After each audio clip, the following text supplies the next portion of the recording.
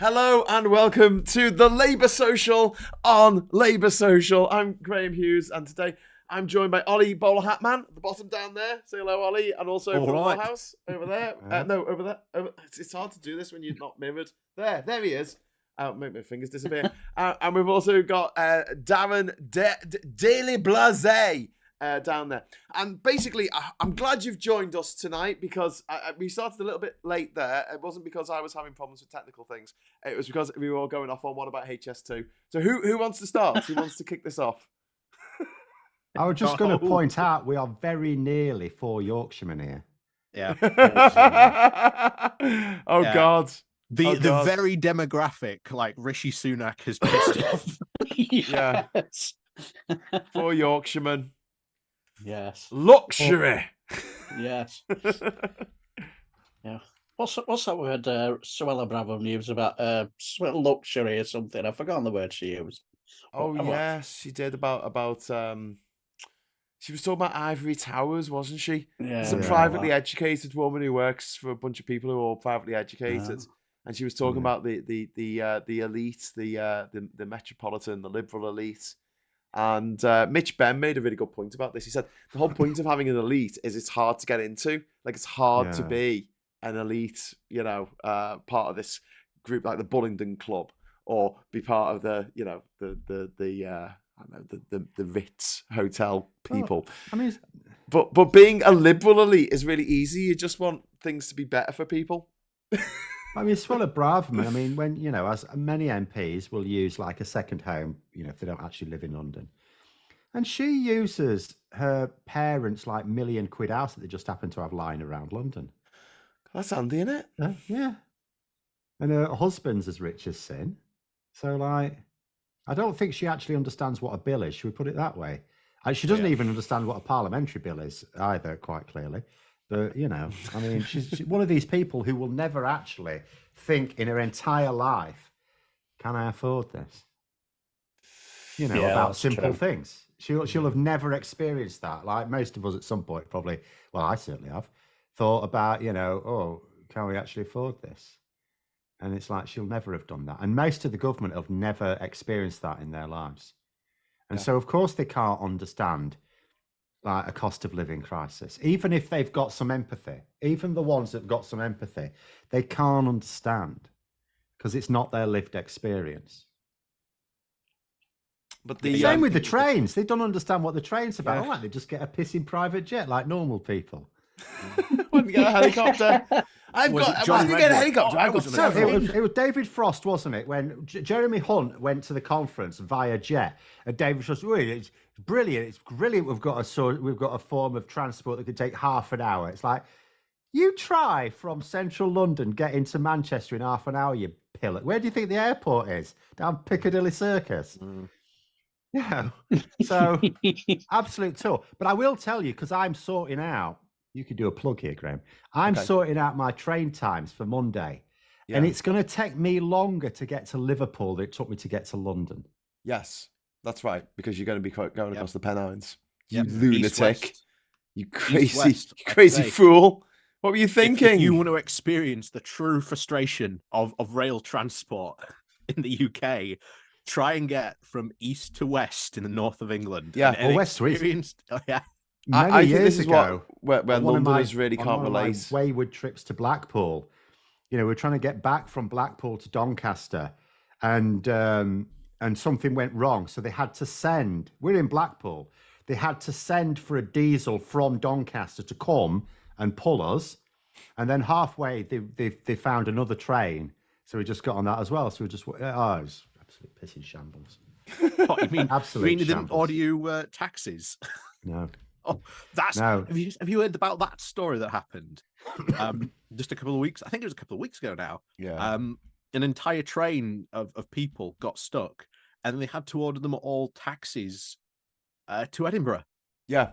From where? And embarrassingly, it was a Kiwi, wasn't it? It was a Kiwi who was experiencing our train system. Our wonderful, wonderful train system. Everything. Nothing works in this country. The trains weren't brilliant under Labour, I will say. But, I didn't have to use them that often. They sort of got you where you Leeds wanted is to getting go. a tram system. Woo, I suppose. And we got Hugh Merriman and Mark Harper wandering around our interchange. That's all we get. But yeah, most of the things dangerous that interchange, and they're wandering around. Rishi Sunak said, "Oh, we're getting rid of all this HS2 lark, and we're going to have all this other stuff that's going to replace it. That's going to be amazing." And it turns out that a lot of the things that he promised have actually already happened. Yeah. Something that was promised in the past and then backheeled, and now they're promising it again. I think there's one thing that he said that has been like promised, backheeled, promised, backheeled, and now he's promising. Jonathan Ashworth did a good thing on it on I think it must have been Question Time, because then Labour clipped it and then have been sending it on their own things. And yeah, he was talking about, so there was one thing he would talk, I can't remember what project it was, but it was elbowed by Johnson, then it was resurrected again by Liz Truss, then it was elbowed by Rishi Sunak, and now he's brought it back and he's calling it a new project. And this goes back to be decided by the Northwestern Mayor. Well, they didn't actually bother to talk to anyone about this, because they didn't even talk to the cabinet about this. Yeah. Clearly, because Mark Harper, the Transport Secretary, was just last week committing to HS2. And then he had the nerve to say that actually it was his decision to exit. It's like, mate, you weren't even told about it. I know. You know, Rishi Sunak was, you must have rung Harper. Oh, you had that speech committing to HS2. Yeah, brilliant, wasn't it? Yeah, I just have been on the blower to Dom Cummings. He says we should do mental stuff. So what I'm going to do, I'm going to scrap it, right? What did he reply to that? Are you drunk? I thought you didn't drink. I thought you were teetotal. What is going on? I can only imagine what Harper must have said in private, assuming he's got any more backbone than Sunak. Maybe he didn't say anything. Maybe he just went, "Oh yes, boss. Whatever you say, boss." I don't know. Well, Absolute lunatics. It's been a week, hasn't it? I think I've said to you, Graham, before. I think he's been doing the rounds as well. Gareth Dennis, he's a railway engineer. He's been talking about HS2 and sort of the state of Britain's railways for quite some time. He's like the go-to guy for the BBC when something railway related happens. But yeah, he's been talking about this week, and he showed a blog recently saying, you know what, I called this right back in 2018. They were going to cancel it. Wow. Well, they never wanted on the wall. It. Like from David Cameron's point of view, he took it because at the time it's like they're introducing austerity and they were basically shrinking the country, and they thought we need to give people a bit of hope with a big infrastructure project. So he liked the idea of HS2 because it would take a long time to deliver. And it was something that they could say that they were thinking about the future. Yeah, well, it was all part of the Northern Powerhouse originally. And then, of course, the original levelling up never happened. No. Helen's pumped into the super chat. Thank you very much, Helen. Leeds has been getting trams all my life. I'm 63. And I can share the feeling. But, I'm going to have a go at Labour here. Everyone, people on Labour Social. Liverpool should have been getting trams in the noughties, and the central government under Blair, or it might have been Brown by then, wouldn't give the 100 million that we needed to go ahead with it. Yeah, you can thank, I think, Sheffield Supertram for that. Oh, did you steal our trams? Well, in classic government, government infrastructure up, they bought. I mean, they've done a lot of work on, getting all the surveys done and everything like that, which always costs a lot of money. But apparently, they bought the steel, they bought the actual rails, which then were just left in a warehouse near the docks somewhere for years, just piled up until someone probably nicked them. Well, like I say, any Sheffielder, or if you live near Sheffield, will know that the saga of Sheffield Supertram. Again, Sheffield gonna get trams. It's gonna be this big, massive network. They'll run to Rotherham. They've only just reached Rotherham. They've only just reached Rotherham. And not even by building tram lines, they have to use the rail line, which that adds to the capacity on that line now. That means you can't have more trains. So the trams run on the railway lines. Yeah. Because one of the things I always think about, like in Liverpool, I don't know how true this is. Well, actually, no, in Manchester as well. Where I used to live in Manchester had what I call a Rala, which is an old railway that's not there anymore.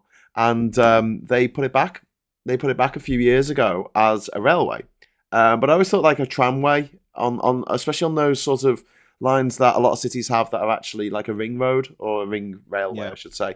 Putting trams back on those lines, because then you could have mixed use lines where you can actually use them as cycle tracks as well, because the trams don't go that fast. Well, like I say, the big whole Supertram saga is long, boring, and there's a massive blog post I think on I think a Substack somewhere about the saga that went on for years to it finally being built. But you got them though. You got them. We haven't got trams in Liverpool. We haven't even got a railway to the airport this is the in story. Liverpool. It got built, was being overcosted. I'm sure we've heard this story before. Getting overcosted, going over budget.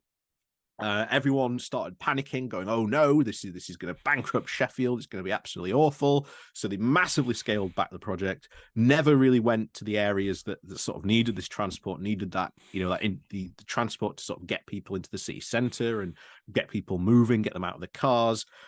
Everyone ended up complaining about all the traffic that it was causing, because obviously they have to building up by the roads into the city centre. So they went, "Oh no, we can't do this," and then massively scaled the project back. And what's happened now? Now they've got the trams, they've got them built, massive benefit to the city, paying for itself. Oh, we need to expand the trams now. We need to re-engage with all that ambitious stuff we did. Well, maybe there is a case of where with something like this, instead of just going $2,000, just something you can do, because we have very short-term politics anyway in this country. Something that you can do that will give that benefit, and then you can create more impetus to expand it. Well, I'll be very interested to see what happens with Manchester now that they've taken the buses back into public ownership. Is it Liverpool after that next? Liverpool, I think it is. Yes, yeah, I believe that's going to happen next. And I remember, this is really weird, but I remember the adverts for like when they were deregulating the buses. And it was like I think it was like a drawing or something, like a cartoon of like buses, and they were all changing from double deckers to single deckers and different types of buses. And it was like, it'll be all go on the buses from July the 8th, 1988, when the buses get deregulated, and it's going to be more services for less money. And it was the exact opposite. Of course, of that. it is. It's just the Tories all over. For more money. I mean, I don't understand how people, like voters, can go, "Oh, the Tories are promising to give us more for less money." It's like, we're such a childish nation. Well, that was the other thing. Did you hear about Hampshire? Was it Hampshire Town Council? If it doesn't come up to the wall, if it doesn't come up with, I think, £100+ million, something like that, it's going to go bankrupt. And that's a Tory council. Tory council. Yeah, there's going to be loads of these next year. And they are complaining about the fact that the model that Rishi Sunak messed with, that very model where he was going, "Oh yes, we took all that money from the poor areas and gave it to the rich ones." They're complaining about that very meddling that he did with that funding formula. So, Tory David meddling. Gork yesterday on LBC said, I'll quote this: "This, bear in mind, is a former cabinet minister under Theresa May. The Conservatives don't deliver the politicians you need to govern the country successfully, thoughtfully, and strategically." That is former member of the Conservative government. Well, no, he's not. But still, I mean, that's a stunning indictment of your entire because he's not saying that there's something wrong with this particular Conservative government. This is saying about the Conservatives in general have this systemic problem. Yes. Which is true, because I keep saying the purpose of the Conservatives is not to govern. I appreciate that there are people who are right-wing economically, and of course they will gravitate to those Conservatives. Who else would you do? But they don't exist to govern. They exist to block others from governing. I mean, what Sunak's doing this week is that on steroids, literally stopping Labour. It's not like he's saying, "I can't be asked to do this. We'll let Labour deal with it." It's like, no, I'm going to stop Labour doing it as well, just to be a dick. I watched a little bit of an interesting clip where I've forgotten who it was were interviewing Theresa May. Yeah. And straight as a dash, she just did the One Nation tour a bit. He just basically said that he's delivering, Yeah. and she was there. Well, what about they doing these facts that are not facts? And no, he's delivering. I'm sat there thinking, well, when you were Prime Minister, where was their loyalty to you? Exactly. The thing is, her loyalty is to the party. So that's what she's doing this for as well, because the question that was put to her is, is Rishi Sunak a post-truth prime minister? That's it. Oh, and they were saying, but he says things that are completely untrue. And she says, but he's delivering for the British people. Yeah. Oh my And God. She's doing it out of misguided loyalty for a party. The thing is, okay, loyalty to your party, but at the same time, there's no point in lying for this man, because he's going anyway. Rishi Sunak clearly doesn't. He knows he's losing. He knows he's losing. It's now just a grift, and that was always my worry. If the Conservatives ever came to the conclusion that they are going to lose, because then they could do even more damage, because then they don't care. But then they should still care about how many MPs they lose. Yeah. They should still think to themselves, but we want to come back to power at some point. Should we have a few MPs left? And I keep on saying this, the more MPs they lose, the worse the situation becomes from the next general election. Yeah. So really important to get out that vote. Absolutely. Look at tactical voting on that. Well, we have news tonight that his name has just dropped out of my head. The guy who was supporting Just Stop Oil, but he's decided to support Labour instead. Dale Vince, that's him. Entrepreneur. I don't know exactly what he does for his money, but he's got a lot of it, apparently. And he's made the point that Phil has made a few times on these shows, saying Just Stop Oil aren't actually achieving their objectives because they're kind of just pissing people off. Well, he specifically says they're actually in some ways enabling the Tories' culture wars. Yeah, because they say that they're doing what the Tories are saying is happening. They're stopping you from getting to work, and they're just they're trying to make you pay more money to live, which isn't true. No. But the Tories definitely are trying to make it so we have to spend more money to live because of all the money we're going to have to spend on, I don't know, when our houses get flooded and we have to fix them up ourselves because no one will insure us anymore. Can't wait for that to happen. But so that's interesting. And he said that he's going to back Labour. And I which is great, obviously. Until the election. He says the important thing is to get the Tories out. Get the Tories out. But I would think that the more effective way of getting the Tories out, because I don't just want them beaten, I want them destroyed. And the way to do that is tactical voting.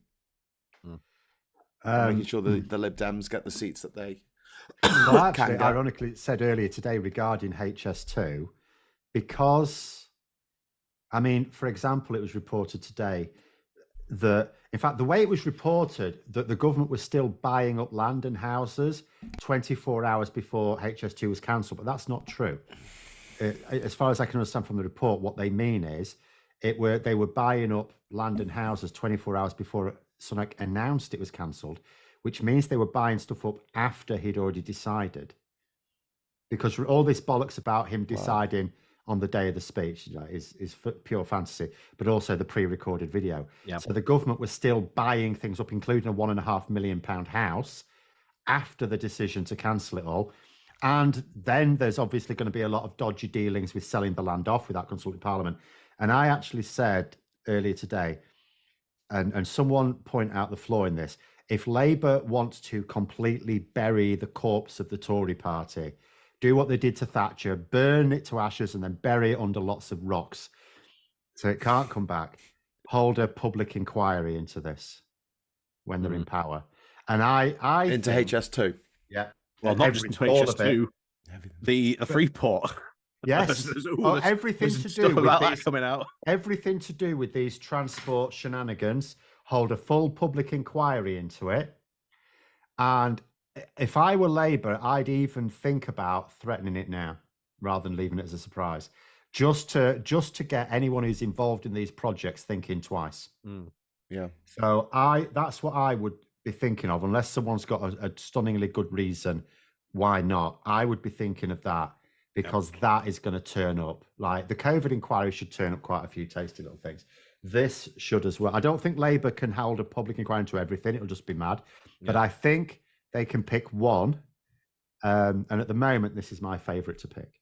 Yeah. Because I think this could seriously bury the Tories for a very long time.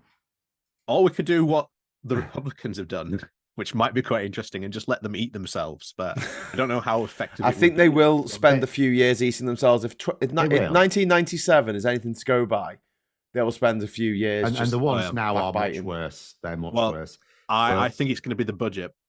I think Rishi Sunak trying to pass his budget is going to be almost impossible, because I think you're going to have all those different factions wanting different things. Well, some are promising to refuse to support it, but then I can also see, like Rishi Sunak has the option of threatening to withdraw the whip for anyone who doesn't, because it's a budget. That's super important. Yep. So if he feels that it's in danger, if he doesn't feel it's in danger and they're just going to make a process, he don't care. If he does, he can threaten to withdraw the whip and say, because basically he's going to announce the election at the budget time anyway, because this idea of going to be the agent of change, given that he's not going to change anything, you can only string that on for so long. So he's basically it's going to be next May. It could even be slightly early, but it's going to be the election's next May. It's not next autumn. Yeah, a lot of people were saying May. I don't think it was ever going to be autumn. But the only way I could see it is if they got themselves into a situation where next, say, spring, they're going, oh, it was still going to get a right hiding. Let's wait for summer to. But it would be madness. Yeah. So, we're Sunak has an option here. He has a way out of it. He can, announce the budget, say he'll withdraw the whip from anyone else, hint at his own MPs that the election's coming. And if they have the whip withdrawn. So, for example, Liz Truss wants to be part of rebuilding the party. He can say, well, you ain't going to be a candidate. Suella Braverman, same thing. He can threaten to, obviously, your ministerial responsibility, unless you quit, she'd have to vote for it anyway. But he can really, and even though he's like conflict averse, this is his last role. He could know, for example, in his own head, that Jeremy Hunt's going to stand up, present the budget. They're going to have the debate, and then he's going to stand up at the end and say, by the way, I'm calling an election. I'm going to have a word with Charlie tomorrow. And that'll be that. Yeah. Wow. The interesting one could be if you get all the opposition parties and say, we're not going to vote on your budget. You guys are the one with majority. You vote for it. And you just watch them fight amongst themselves. And then if he does want to pass the budget, that's where you could go back to him. Here's the opposition of what we want funding for. I don't know how successful that would be as a strategy. I think Sunak can get his budget passed no matter how, this tax pledge alliance thing. I think he can beat it, because an awful lot of them, the ones who are going to lose their seats anyway, whatever, but an awful lot of them driving it are the ones in safe seats who want to reshape the party after the election. He can stop them doing that. He has the power to stop them doing that. I'd just like to jump in to the chat. Hello to everyone in the chat. We've got Emma Price with the super chat there. Thank you very much. I just bought tickets to see you on Monday with my friend who I've rescued from the dark side. So that's going to be quite cool. Thank you very much, Emma. Looking forward to seeing you there. Dragging Darth Vader with you after he's thrown the Emperor into... Darth Vader was the good guy. It's the... he got rescued from the dark side, didn't he, by Luke? Yeah. By the love of his son, But it's the dark side Brexit or the Tories? We need to be more. That's both, isn't it? It's all part of the same thing, really. And also, Alan wants to know: will they sell off the HS2 land at £1 an acre like they did in Teesside? I think they bloody well will, to their mates and Russian oligarchs, possibly. Yeah, and then they will immediately sell it on for more, and that's all there is to it. Or they'll just sit on it. Why not? If that's prime HS2 land, just sit on it. But Labour can force the sale at if they only did that for a very small amount, Labour could force the sale. So they are actually better off selling it for a decent amount. But you buy it for £1 and then you resell it to yourself through a shell company. So I suppose, yeah. But I didn't think the government was this efficient. Like, can they really sell all this land in a few months? I mean, it I takes don't a know. year to sell a freaking house in this Well, country. I And don't that's just know. one house. It's not a. It's not Like, I think that it's the process. I think because he has undone the safeguards for this land, I think that's like started. Well, to quote Gareth Dennis, started the fire sale. I mean, all I would say is I haven't seen anyone looking smug going, yeah, but they can't actually do it because of this. No. Like, even people who think it's highly dodgy from a legal point of view, there's the odd person who said this should probably be looked at, but I haven't seen anyone going, yeah, they can't do it. And I follow a lot of experts in various areas of public life, and I haven't seen anyone go, yeah, he definitely can't do this. So Yeah, I think there's a lot of people saying, because obviously this hasn't been done without parliamentary approval. yes, yeah. So, I mean, we'll see what happens when obviously Parliament gets back. Can anything happen about that? Like the lack of parliamentary approval? Not necessarily, because I mean, I was looking at this. So we know that HS2 Phase 2A High Speed Rail West Midlands to Crewe Act 2021 is law. But, you know, if you go through it, all it does is give the government powers to implement it. It doesn't like force them to. So the government can say, yeah, we're not doing it anymore. And the bill, they're not in contradiction of the Act. The Act is powers for the government, not a duty to the government. It doesn't actually stipulate the government have to do anything. It just lets them do things. Yeah. In the chat, I think Plum Duff wants to know if Graham and Phil ever get any sleep. Do you get any sleep, Phil? Sleep is for the week. Sleep is for the week. I honestly, I hate sleeping. I hate it. I hate the fact that I've got to sleep. I feel like it's a huge waste of my time on this planet that I have to spend a quarter of it like asleep every night. It annoys me. Anyway, so I was out till half 2 last night because I went to watch Ash in Yorkshire. I was down your neck of the woods, guys. I was down in Leeds. I had to drive back up to Durham in our electric car, and we worked it out, and I think it cost us £3. I bet it was Just top saying. class live. Sorry? I bet there was top class live. Oh, they're absolutely fantastic. It was absolutely brilliant, and we had AAA passes, so we were watching it from the side of the stage. Yeah, oh, nice one. I'm such a groupie. I'm a massive groupie. But yeah, wrong with that. But yeah, I wanted to just because we're just past the halfway point of the show because we're going for an hour tonight. I wanted to jump across to America for a moment and ask Ollie about Trump's current legal woe. This is going to be the ongoing saga forever. But apparently he's screwed. I saw this headline. I don't know if it was like a YouTube video or whatever, but it said Trump given death penalty for businesses, and I was like, oh. But essentially, his business it's over. Yeah, he can't. He can no longer do business in New York.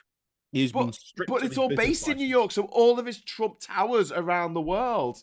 The company is based in New York, isn't it? So are they all going to have to close down? Screwed. He is screwed. He's not only that, but he's got to come up with like $200 million or something like that. So it's an astronomical sum that he's got to come up with because obviously he's been undervaluing all these properties, or so we say, overvaluing these properties, and then selling them off. So now there's other things. Well, what if you bought a property from Trump? Can you go back to him and say, hey, you overvalued this property. You owe me money. So there's a ton of stuff this could spark, but he is not happy. He is not a happy bunny that this happened to him. He's going to try and appeal.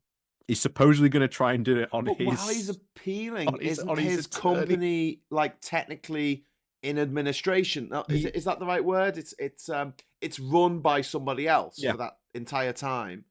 Whether he, if he wins the appeal, then I assume it comes back to him. But I mean, the thing is, why is he appealing? What ground is he appealing on? He's appealing on the fact that his attorneys were incompetent because they asked, they filled out all the paperwork and they didn't to have a trial without jury. But is that really grounds for appeal? Because surely, I don't know anything about American justice, but surely any grounds for appeal would have to be based on the unsoundness of the verdict, surely. Yeah, No, I don't think he's got any grounds for appeal at all. Because this is one of the reasons that the judge brought up in the Ford case was the fact that when they were given the chance to, they submitted their original arguments, his lawyers, and the judge came back and said, "These are bollocks. Give me better arguments."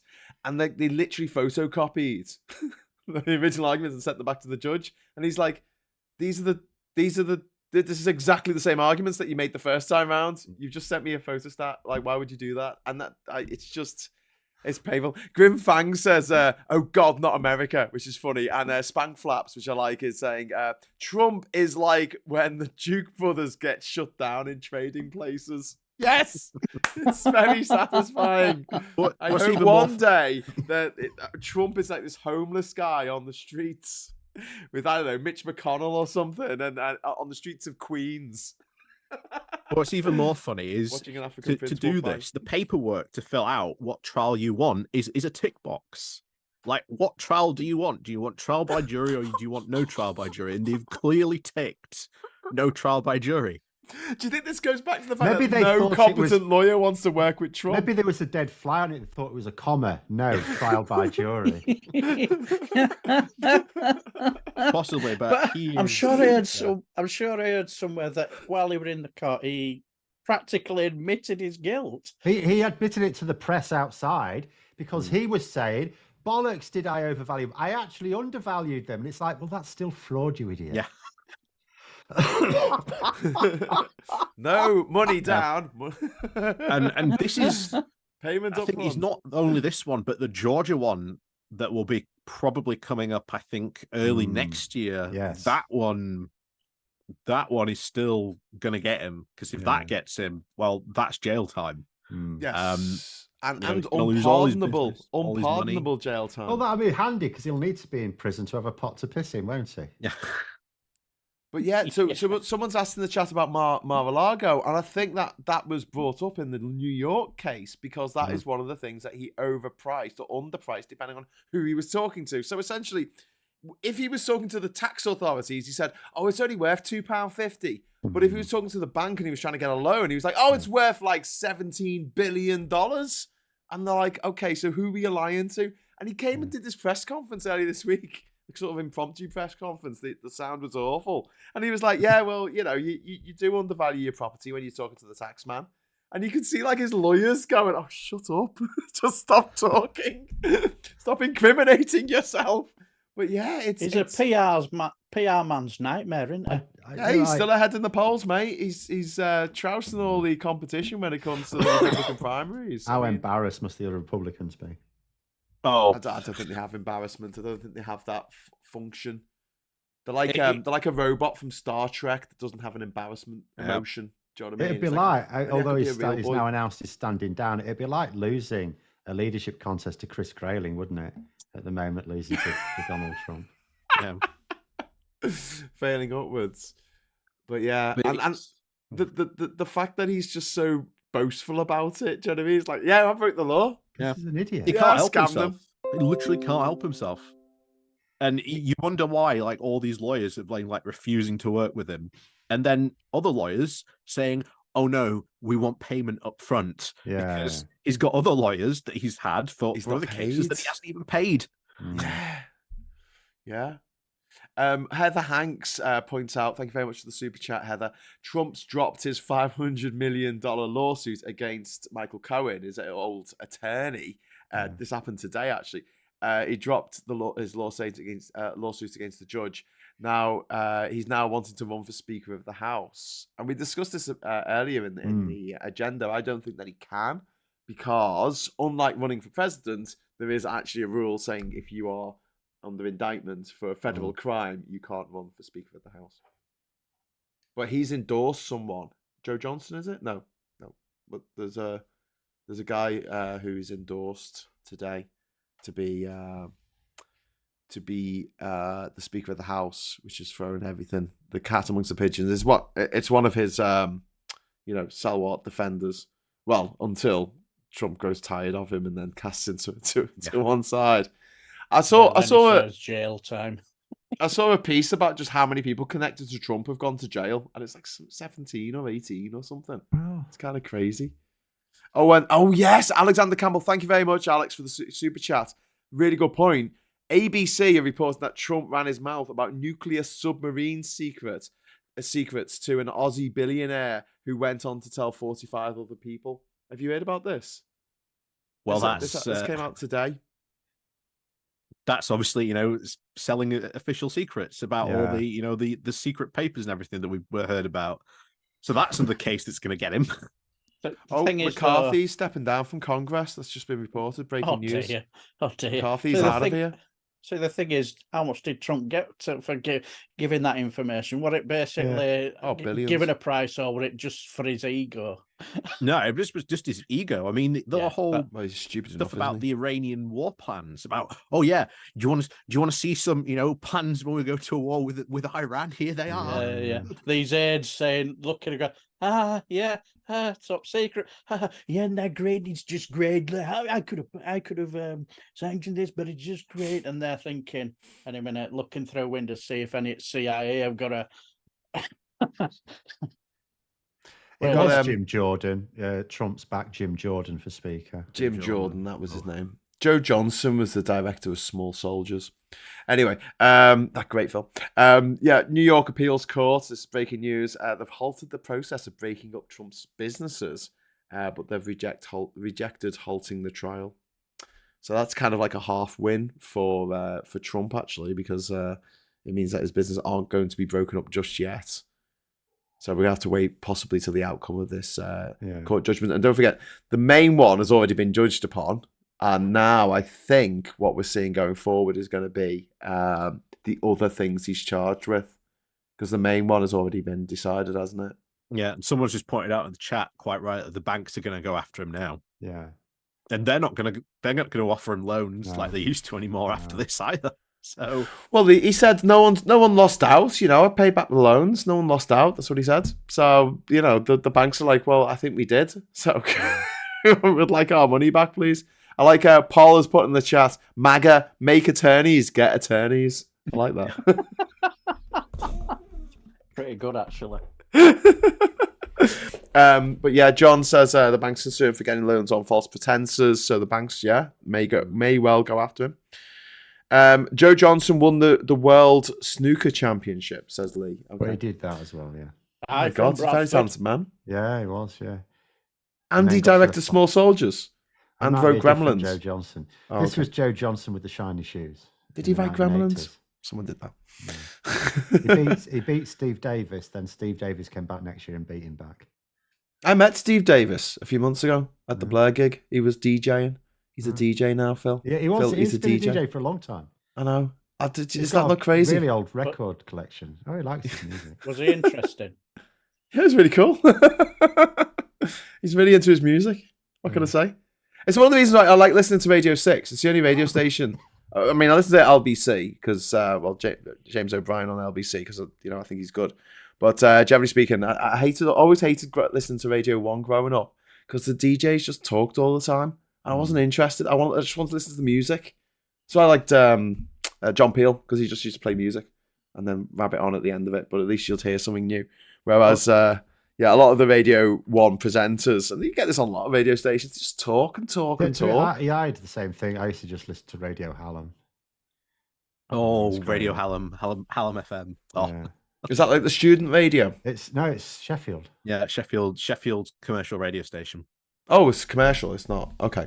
All right. Donald Trump fought the law and the law won. Thank you very much, Simon, for the super chat there, mate.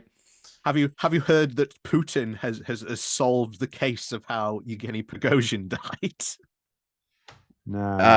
I heard him talking about what was he talking about earlier? Let me guess. He cut his head off by combing his hair.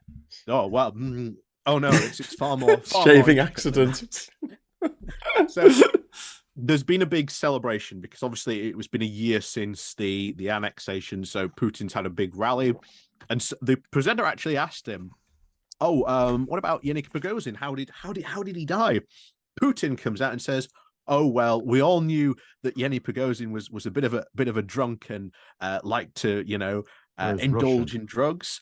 and apparently he got off his face with a group of friends and just so happened to have a box of grenades on board a plane, and just decided to throw a grenade on the plane. Even that is fantastic. Footage of the plane coming down, and you can see that it's like one of the wings is missing. It's clearly not an internal explosion that's done it. Wow.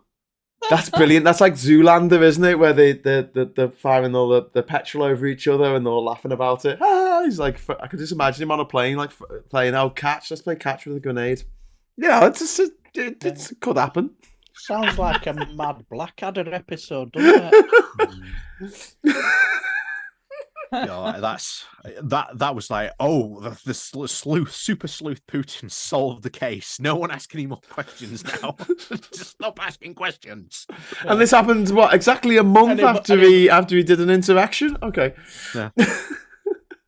Yeah. Anybody else asks any questions, Putin will offer him a cup of tea. The My Pillow guy. So Harlan Mad Murdoch, great name, in the chat has said the My Pillow guy is completely screwed. All banks withdrew financial support because of his MAGA bullshit. Couldn't have happened to a nicer guy. And I watched a bit of his deposition where he was kicking off because he was being interviewed for this criminal case, and they referred to his pillows as lumpy. And he went absolutely batshit, like, how dare you? How dare you say my pillows are lumpy? They're not lumpy. And he goes, oh, sorry, I just meant, the pillows that you have with the little bumps. They're not lumpy. And you think, oh my God, like these people are just... in Forrest Gump, he makes loads of money through like Bubba Gump or whatever it's called. It's a Trump. And then he goes to he invests in Apple, and he ends up being like really, really rich. Yeah. I don't think you should be allowed to be that rich if you're that stupid. But Forrest was nice. He wasn't malicious. Yes, I know, but he made people think that all really, really stupid people are nice, whereas Trump is really, really stupid and just evil. But he's malevolent. I've got to stop because Tinkinator has just dropped £50 into the super chat. Thank you so much. I don't think we've ever had a pink super chat before. The only reason Trump and Boris fell was because they were blatant and reckless, not because our democracies are robust. Under our broken systems, all it takes is a sneaky and competent evil to create a dystopian hell. We need radical reform. Step 1, PR. Tigginator, I couldn't agree more. I think everyone here, that's got to be the first thing that we strive towards to get like a proper democracy and going no in this country. shirking it here either. Yeah, absolutely. And thank you very much for the super chat. That's really generous of you. Thank you. But yeah, I mean, PR reform. I'd like to see a written constitution. We were talking about a little bit about written constitution earlier, weren't we, Phil? You're not completely sold on this. Not at all. Not remotely. What, you just don't want one because it's so hard to change? Yeah, because although you'll say in America, they've got all these amendments. Yeah, but some of them are really hard, even though most people want it. Because they'll say, we have to defend the Constitution. I made an oath to defend the Constitution, all this bollocks. So I'm sorry, you're going to have to carry on keeping a gun in your fridge. It's like, no, no. I don't. It would take a lot of work to do as well. Yeah, just to get like the initial framework. I'm a big fan of a flexible constitution. And like I said, people will say, but these got the original constitution. It's all fine. It's like, yeah, they wrote it like 40 years ago. Wait till it's 100 years old, and then it'll be more tedious. And wait for it to be 200 years old, and then it'll be bollocks. So and that was what the original founders. If you look at all the original founders said the Constitution should be upgraded every 30, 40 years. And that's never happened. Didn't Thomas Jefferson give like a number, like a 27 year? He gave like a really weird and specific number of years before the Constitution. Well, he was a scientist, you see, so he would have calculated it very precisely. Yes. I think it was 27 years. Every 27 years it should be renewed for some reason. Lee in the chat says, I've just joined the Labour campaign for electoral reform. You're talking to them on Monday, aren't you, Phil? Tuesday morning. So we'll let you know how that goes. I hope everyone can donate. I shall probably get them onto one of my streams if they're free on a Saturday evening. But that's the big thing for them. It costs like a tenner a year. or £1 a month, 10 Yeah. years cheaper. Yeah. And the more Labour, particularly members, they can get, the more standing they have. They already have access to the leadership office, but then I don't mean to say they listen to them. But the more Labour members they can represent, the more power they have. And we need to we've got to go immediately. Really, we really need it in the next manifesto. I can't be hanging about. Can't be pissing about. Do you know what? We've gone through all these shows, and we haven't actually mentioned the fact that Lawrence Fox got arrested this week, and it was dead funny. He was in his house going, he got fired. "Yeah, come on, please, come and arrest me, and he did. I like how as well he made himself a flight risk because he's out on bail, and yet where was this thing? But he was there going, "Come and arrest me, come and arrest me," and then the next clip is him going, "They're arresting me. Look at these police in my house. They're arresting me. You just told them to." But where was it now? He's not a well individual, is he? No, he's not. I mean, there are not. people who are who deal with people with mental illnesses saying, actually, this man isn't well. He needs help. Here he is, like Lawrence Fox. This was yesterday, tweeting, "Any dinghies returning back to the continent after dropping off the military-age males in England. Happy to pay for my passage. I don't feel safe in this country anymore. Hungary, Poland, Croatia, Serbia." And I'm thinking, okay, so you're just now flagging yourself as a flight risk. Should we put you in prison? You know, be on remand. He's a special individual, isn't he? I don't even know why is he even I don't think there's any other bit part actor who was never like the lead in anything. I mean, he was in a show called Lewis, wasn't he? Yeah. But he wasn't Lewis. The funniest thing is this like in Taggart, where Taggart kept on going even though Taggart was dead? No, I've never seen him in anything. But the most hilarious story is when he auditioned to play his father or himself, and someone beat him to it. He couldn't even. It was a documentary. I think it was in America about his father, and he auditioned. I think it was actually for the part of himself, but it may have been a part of his father. But either way, he didn't get it. But it'd be even. It would. Someone needs to look it up. Someone must know. It'd be really hilarious if it was from, because how do you audition for yourself and not get the part? Yeah. But yeah. Wow. Just to jump into the chat, GHK, thanks for the super chat. Step 1, win the general election. Yes, you're absolutely right. I'm just talking about in terms of changing our political environment for the better, so that it is more representative, and the chancellors like Trump and Johnson and Farage can't game the system so much with their wealth. And then John Bull, super chat there. Have you seen any videos about the so-called First Amendment auditors? They demonstrate why the written constitution is not such a great idea. I've not seen that. Phil, have you seen that? That seems like something up your I'll tell you what I have street. seen, though, in terms of the old data, though, just to show how screwed the Tories are for the general election. So Survation were commissioned by Greenpeace to do a load of polling, and there's absolutely loads of it. But one of the interesting thing is, for people who primarily get their news from various sources, so there's like Financial Times, The Times, Guardian, Daily Mail, The Sun, stuff like that.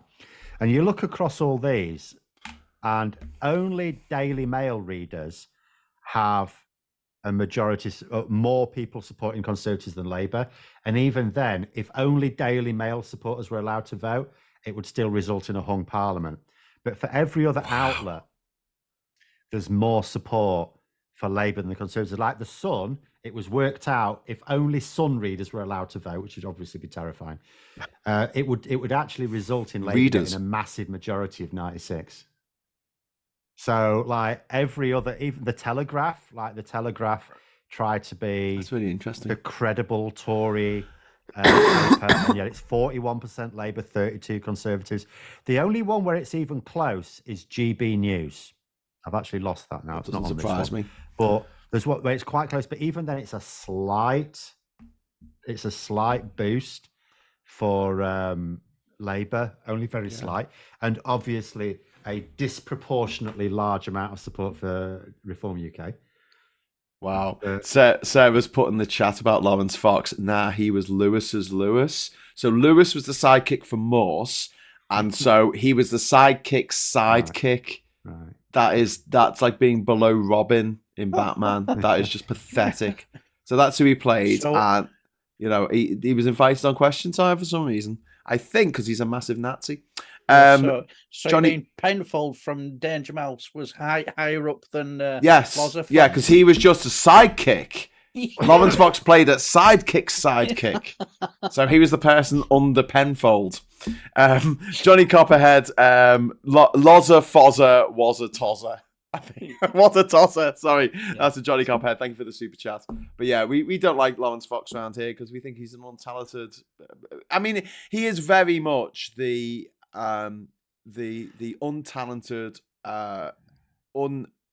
unhinged elite. It's that, just that typify the ruling class of this country. He went to Harrow. He dropped out. He got kicked out actually for being a horrible little twat.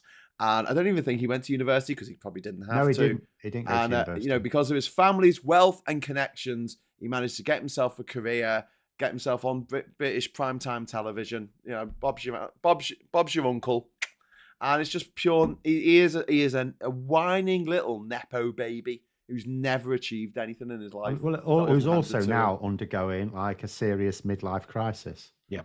Like, I mean, he spent Father's Day putting up pride flags in his garden, setting fire to them. That's really sad, isn't it? Have you heard him sing as well? No. God, no. I'd honestly rather chop my ears off Van Gogh style. Now, I've got to say, as a singer voice, but all I can say is, even I've got a better singing voice than him. Jesus Christ, he sounds like even more whiny when he's singing. I think he on something like Pebble Mill 1. It should have been just at the back, you know, playing his guitar, his finger picking his guitar, and somebody else singing. But you know, these other guitar players and keyboards look at each other, thinking, "What are we doing here? He sounds awful." We've got some love coming in in the chat for Lawrence Fox. By love, I mean hate. He's put calling. Lee Cord has put calling it singing is a stretch, which I can't disagree with. And Ernie Burns has called him a side prick, which I really like. He was Lewis's side prick. That's who he was. So we have to remember that for future shows. But yeah, David Farrow saying, kept all my Endeavour and Morse DVDs, dropped all the Lewis ones because of Fox. There you go. So yeah. But it's quite sad. I really hate this. Like I thought this a few months ago when we were watching one of the Lord of the Rings episodes, because one of the names that comes up on the beginning of every single Lord of the Rings film is Harvey Weinstein, and it just makes you go, oh, yeah. So that's the attitude people are going to have to anything that's got Fox's name, Fox in it now. Yeah, just to say, someone who's in the chat, I think it's Vic Burgess saying Fox and Neil Oliver and Russell Brand have all fallen down the right-wing rabbit hole. Is it real or is it just to raise money? Well, I think Fox definitely thinks it's real. Neil Oliver is debatable, but he's got his own crazy theories. But Russell Brand, that's all for the grift. Yeah, it is. Yeah, that's so cynical. So cynical what he did. Because he knew that stuff was going to come out at some point. He was just doing YouTube as like just random bollocks with his wife. And then he did a video during COVID that just took off and he went, oh, this is good. You know, and it just went from there. Yeah. I can't think he can't even get that much from it. I mean, how does it? Hold on, let's have a look. Let's see what he gets. So, well, look him up. Phil's got secret knowledge. No, he's gonna find out. Social Blade. He probably does quite well out of it. I'm quite sure. But he building get quite a bit of money out of it. Building a right wing. Oh, actually, he is getting 25 million views a month. So yeah, that's quite lucrative. 25 million. 25 million views a month. A month. How many do you get, Phil? 30 days. I get like 3.5 to 4. So you know he'll be. He's making a lot of that. Yeah. He'll be getting 50 grand a month. Again, with things like this, you don't know how much of it. Presumably, he doesn't mess about with stuff that won't get that will get demonetized. So he presumably knows how to play the game. Otherwise, why would he do it? It's not a grift if you're not getting money. I don't think he's been posting much recently, although I've not checked. Oh no, he's still posting. Oh, is he? Okay. He's moved over to Rumble. All right. So he's moved over to that platform. Well, he's still got. He's still posting 26 million views in September. So I was saying about Lawrence Fox. It's the only time I would support fox hunting. I've thought about this. He just needs putting in a sanatorium. They shouldn't like Megan Fox and Michael J. Fox and Jamie Fox and that's two X's. Samantha Fox. Shouldn't they sue him for like disparaging the Fox name? Not Claire Fox, obviously, because she's a horrible little Semtex witch. And fantastic Mr. Fox as well. Yes, because he's like the opposite of those things. Yes. But it's interesting that all of those characters are people who know that there is money in just peddling this kind of, I don't know, comforting bullshit for dickhead gammon people. I don't know. I don't know what they get, what the people who watch it really want out of it. It's is not it just him. Do they find it comforting? Because I know that people who are right wing tend to have George more Galloway. fear. George Galloway's been doing this for years on YouTube. Jimmy Dore from America. He's definitely a left wing grifter. What else? Who else do you have? Well, you've got people like Sargon of Akkad with his Lotus Eaters, and his rebrand into that, and the fact that he's suspiciously got all this new studio and all this new stuff. He's still going. He's had some. Oh yeah. He's rebranded to the Lotus Eaters. I still remember that time when that bloke threw some dead fish at him. Oh, that was priceless. That was the funniest thing that ever happened. And to a fish as well. Yes. So it's a comment there saying hopefully Stan will sue Conservative Party of the flip-flop. See, I'm waiting for that because they're selling those with his image without his permission. So I'm assuming, I hope he does anyway, he's just waiting for them. Have you sold them all out yet, Greg? Yeah, okay, right. I'll send you the bill. Got Alexander Campbell. He can donate it to someone they really hate. It would be funny to donate it to Just Stop Oil, but obviously he won't do that because, but someone that the Tory, maybe donate it to Peter or someone, but someone the Tories will hate, but won't get you into trouble with the public. I wish I had now. The National Trust. National Trust. Or the RNLI. Yeah. Those are going to be collector's items, and then try and get them signed by Keir Starmer.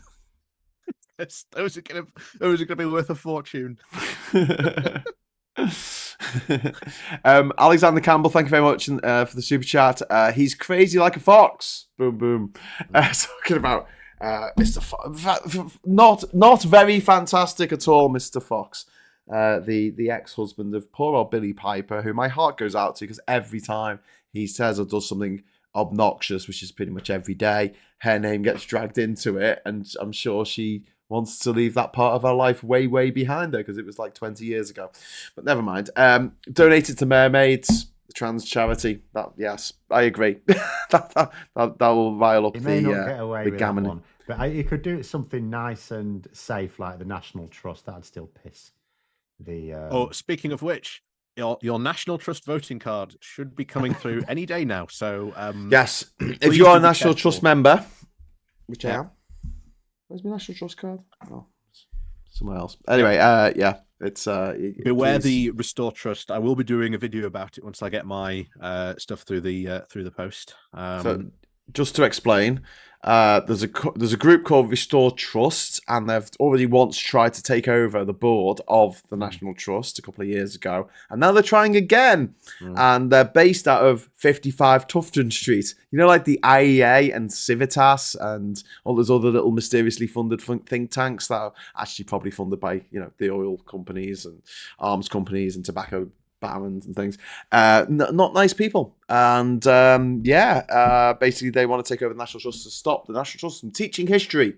And as a history graduate, that pisses me off. Yep.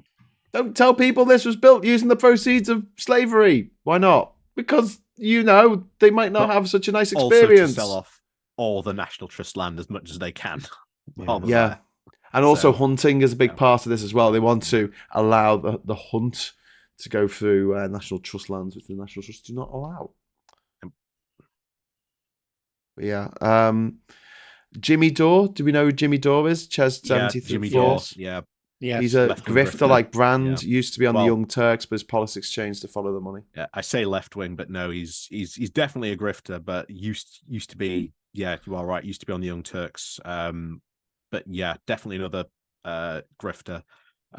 Likes to spread a lot of Russian disinformation and say that it's news using Russian sources as quoting But them they as all one like of fact. them. Like the Venn diagram for all these people is basically a circle for all the like James Melville's another one. I don't know whether it's genuine with him or not, but there's some of these people who at one time, they just completely changed their views or the views that they now pretends to have. Some of them, it's like the phrase about when in 2019 when you're talking about Tory MPs supporting Brexit, and it was like some of them were genuinely mad and some were just pretending. It wasn't always easy to tell who was who.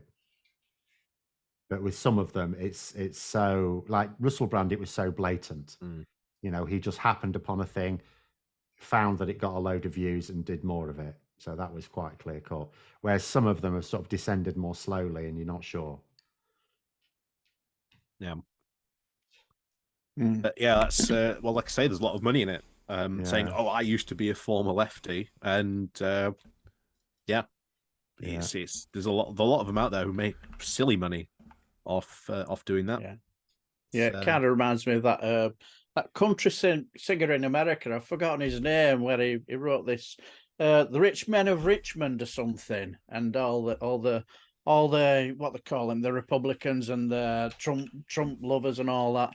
They loved it because he had a bit of a verse into it where he talks about blaming, attacking those on welfare about £300 and stuff like that. And then he sat there thinking, Oliver why Anthony, those that's people? it. Why are those people giving me aggro about it? And I think, well, you're not doing yourself any favors there with that. And I get the feeling after a while he got a bit cold feet because I think it was. Is it Spotify or is it Apple or something?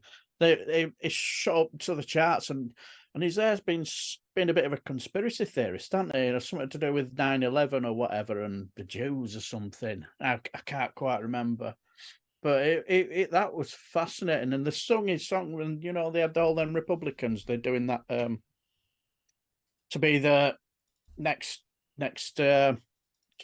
nominee to be the one to take on Biden or whoever.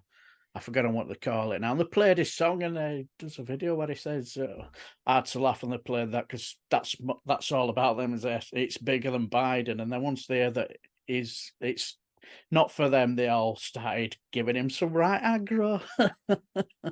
Yeah, there's a lot of people who aren't happy with songs being played by Trump and the like, which they just play because they're like, "Oh, well, we'll pay for it afterwards." And like, well, no, the artist has asked you not to use their material. Yeah, but we're going to use it anyway because we don't care about feelings. I could be wrong on this, but remember when he on his inauguration when he had this bitch.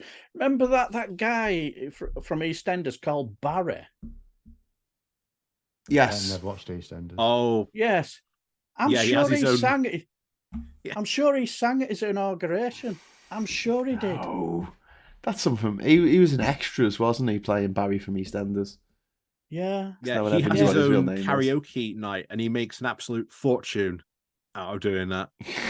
Just on that, I was Barry from EastEnders. Yeah, that's what he's down as. I Makes don't an remember absolute what he fortune off did. that in karaoke the- night. Anyway, right, I'm gonna have to call it because I'm literally falling asleep, unfortunately. But is there anything else that you any of you guys really want to mention this week that has just sort of really stuck out to you before we go? Like, what's your sort of news story of the week that you think? Well, mine, as I say, just when I came home tonight, the Department for Education have gone, oh, sorry, we made a bit of a mistake with the school budgets to the tune of £370 million. So we're going to take off the equivalent of a teacher's salary for every school in the country. Jesus. You'd sorted out your Every budget? state school, that's Phil. nice. Every state school. Yeah, obviously. Eton's Not the fine. private schools. They're not No, they're affected fine. by this disaster that has been foist on them by who's the Secretary of State for Education? Is this Gillian Keegan? Gillian Keegan's the one who's doing an effing good job, you know. She wants Yeah, to pat on the back. she- Pat on the back. Oh, Someone you give made her a little mistake. participation You medal. Yeah, this money that's not enough for schools. You want to take another 370 million off them because you cocked up your figures. Pat on the back. Well done, well done. And Darren, I think the one that stuck out for me this week. I've read it from the Yorkshire Byline Times.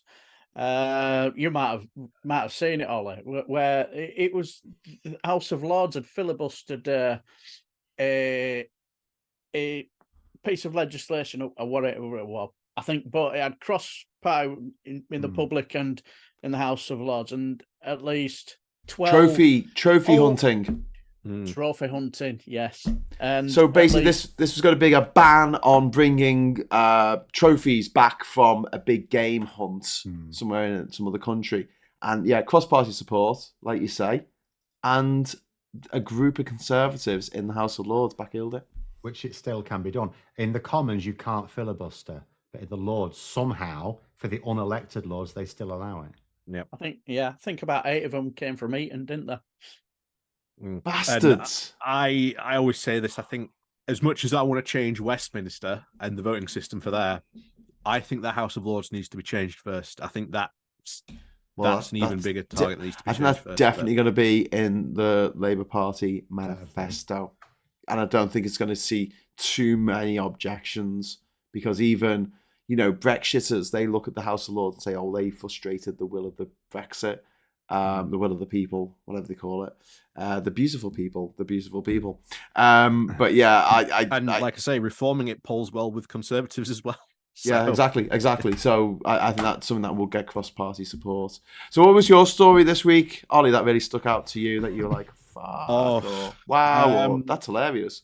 To be honest, it has to be the HS2. Honestly, this was one of the things I've said before. I've talked about how good HS2 would be, the massive benefits that it would bring, the fact that, everyone's crowing about, oh my word, it's so expensive. Well, yeah, that's a one-off expense. Yeah. It's a one-off expense we pay, and it pays for itself every year. Yeah. In 2015, I think it was, when Rishi Sunak were a backbencher, he was lauding it himself as well. Yep. Every one of them was lauding it. There's tweets from all of them. There's tweets from Mark Harper, Jeremy Hunt, Rishi Sunak, all talking about the importance of HS2, all saying it would be mad to stop it. Not just, we're in favour of it. You'd be absolutely insane to want to stop it. What sort of fucking idiot would do that? Oh, and Conservative Home are a day after the first day of the Conservative conference, their head writer comes out and goes, does our party actually want to win? I don't know. No. Well, the deputy of Conservative Home retweeted Louise Haigh pointing out the dodginess of Sunak's new Network North thing. So they were retweeting the Labour Shadow Transport Secretary attacking Sunak's bullshit. Wow. She was pointing out that one of the projects that was on the government website and then it mysteriously disappeared, and she was going, Leamston something or other. I don't know. Yeah, the Leamston line, that's it. Yeah. It just magically disappeared the day after. And she's going, what's going on here then? And the other thing was, so many things going on. Penny Mordaunt's speech. Oh, dear me. Where she said you have to fight 15 Have you seen the Michael times. Spicer video on that? Yes, we watched that this afternoon. Brilliant. Absolutely fantastic. If you haven't seen it, The Man Next Door, Michael Spicer. I've seen someone doing her with a backdrop of 1984. Yeah, seen that as well. She's done another one, though, today. What? Another terrible speech. Yeah. In Portsmouth. And the thing is, all the Conservatives are like wetting themselves saying how good that speech was. That speech was awful. It was terrible. It was if that's meant to be a good performance from her, I'd hate to see what an actual good one is. Gracicle's saying ChatGPT wrote Mordaunt's speech, which would make a lot of sense. Probably anyway. true. Right, we're gonna have to wrap it up there. Thank you very much for all the super chats. Thank you very much to number 3 Richard there for the super chat. Revolution just says revolution ? Yes, please. But yeah, we're all vodka bar in Manchester. We're all bloody moderates, aren't we? We're all like, what do we want? Evolution. When do we want it? In due course. But yeah, we'll things get incrementally better, but I think that things will get better very, very quickly under a Labour government, whereas under the Tory government, things are just getting worse and worse each day. Even though you can't even imagine how much worse it could be in a few months' time, it will invariably be worse. Now, Phil and I are going to be in Liverpool on Monday. We've got about 30 tickets left for the live event that we're doing. Sorry, what's that? I'll just say, I hope it all goes well for you. Oh, thank you very much, Darren. Well, I hope it goes all right as well. On the Monday, we are talking at 5:00 at the Camp and Furnace, which is outside the conference venue, so basically anyone can go to it. £3 for an advance ticket. The link is in the it will be in the chat because I'm about to put it in the chat. There you go. There's a link you need, or it'll be £5 on the door. And we're going to be talking with Marina Perkis and Supertansky and Femi Olawale about social media and how we can launch political campaigns using social media in a much more effective way than perhaps Labour do at the moment. And if you are actually in the conference, Phil and I and Supertansky are going to be chatting at 2:00 on the Tuesday in a slot. Yeah, it's the same time. It's the same time as Starbucks. We were supposed to be on it at midday, and they moved us to 2:00. And it's when Starmer's speech is on, so we're not. What can we do? So we get everyone who's not allowed a ticket to listen to Stamp. So we get all the Corbynites, right? Oh God! Could you imagine? Yeah, if you are prepared for the hecklers from those people, aren't you? Right? Did you hear that Corbynista with James O'Brien today? No, I missed that one. Oh, it was hilarious. It was just hilarious. He was there saying, "What was that guy who wasn't allowed to run as mayor?" Because Driscoll, you think Driscoll? Yeah, that's he brought that up, and like he's not being democratic. He was brought in by the members, and like, as you said when you put your name forward, you didn't get it. It's the way it is. No one's got a right to be a Labour candidate. No one has a right. It's got to be what's the best interest of the. It's got to be what's in the best interests of the party. Simple as that. Yeah, it's what's in the best interests of the party. Yeah, like he says. Well, if he's a football, when it comes to football club, if you have the manager picks who he wants to play. Yeah, exactly.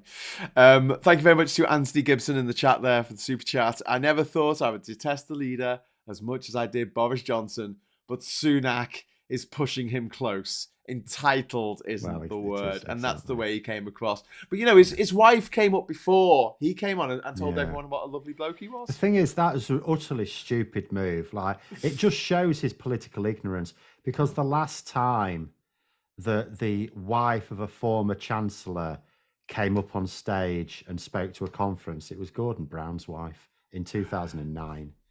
Oh. So it's like. It's almost like he's telling the conference, "I know I'm going to lose." Yeah, he doesn't care. He's in it for the money. He wants the India, UK post-Brexit trade deal. The thing is, all of this HS2 as well. He could get onto an earner for that. He could be earning quite a lot of lucrative favours over this.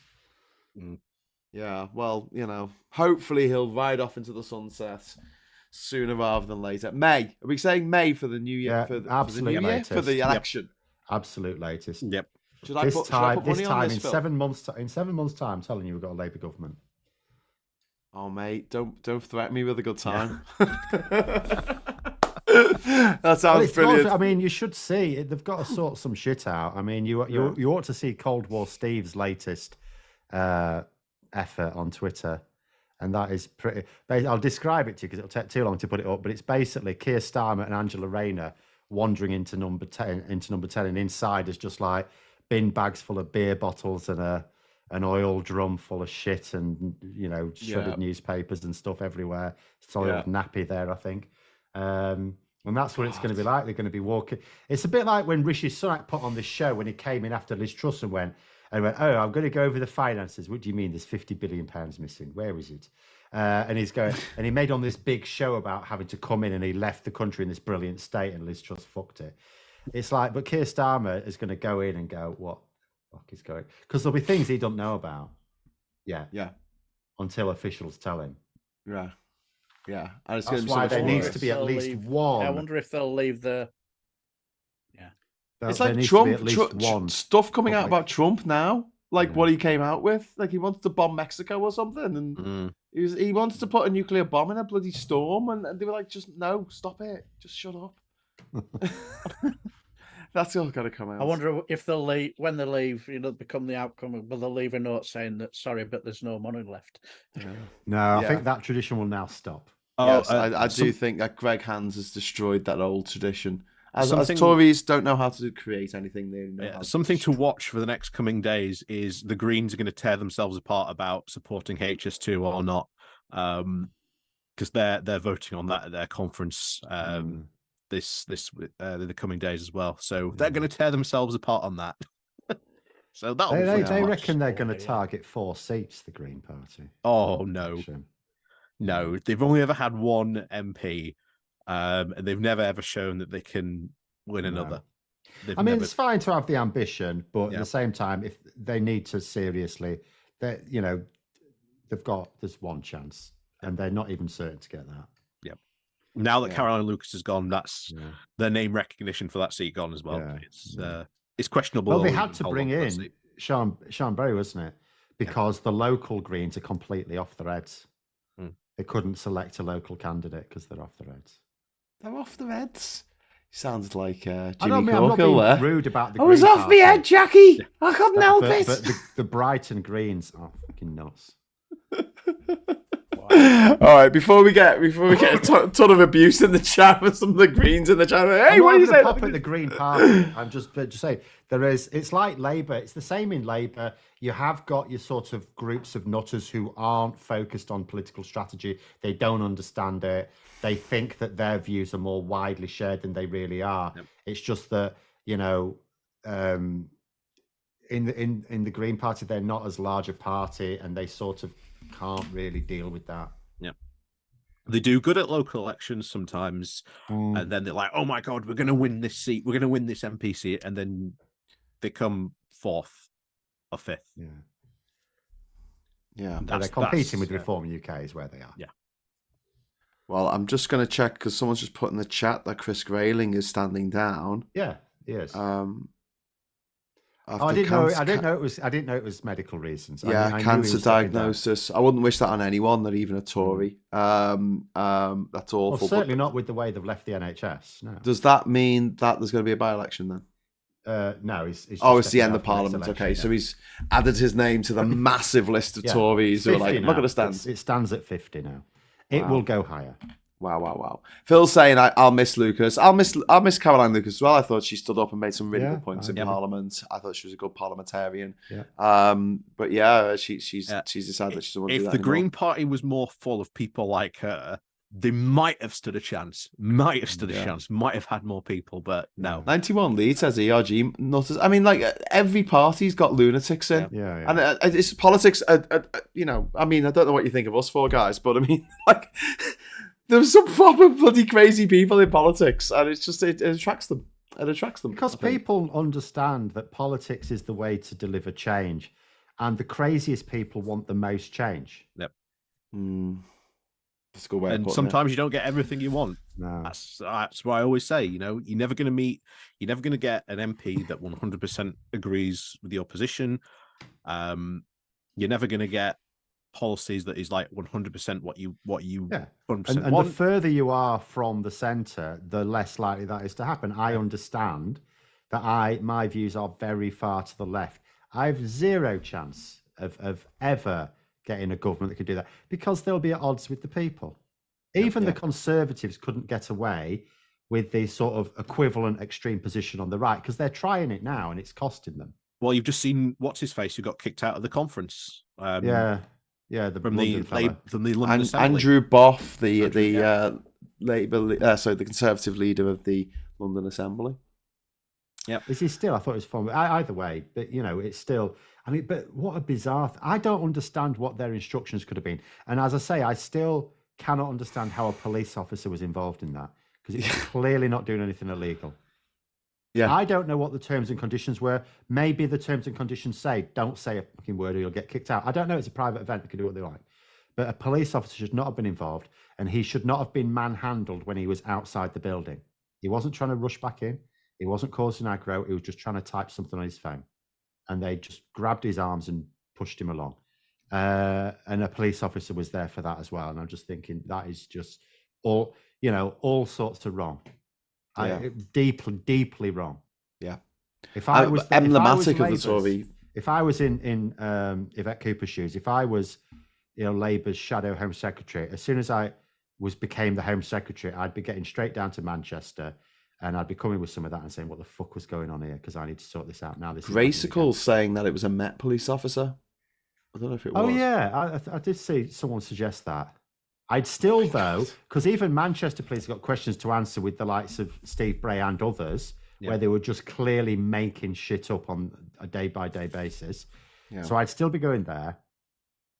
Frankly, the Met, I've already said this, it just needs disbanding. It's gone, finished. Forget it. Yeah, it's over. Right. It's done. Right. And do you know what else is done? Goodbye again and then speak for another 30 minutes. Oh, show. I keep trying.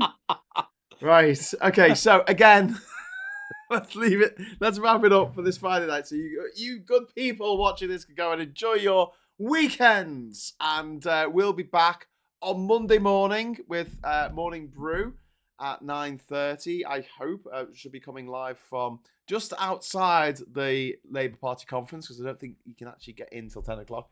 But I'll see what I can do.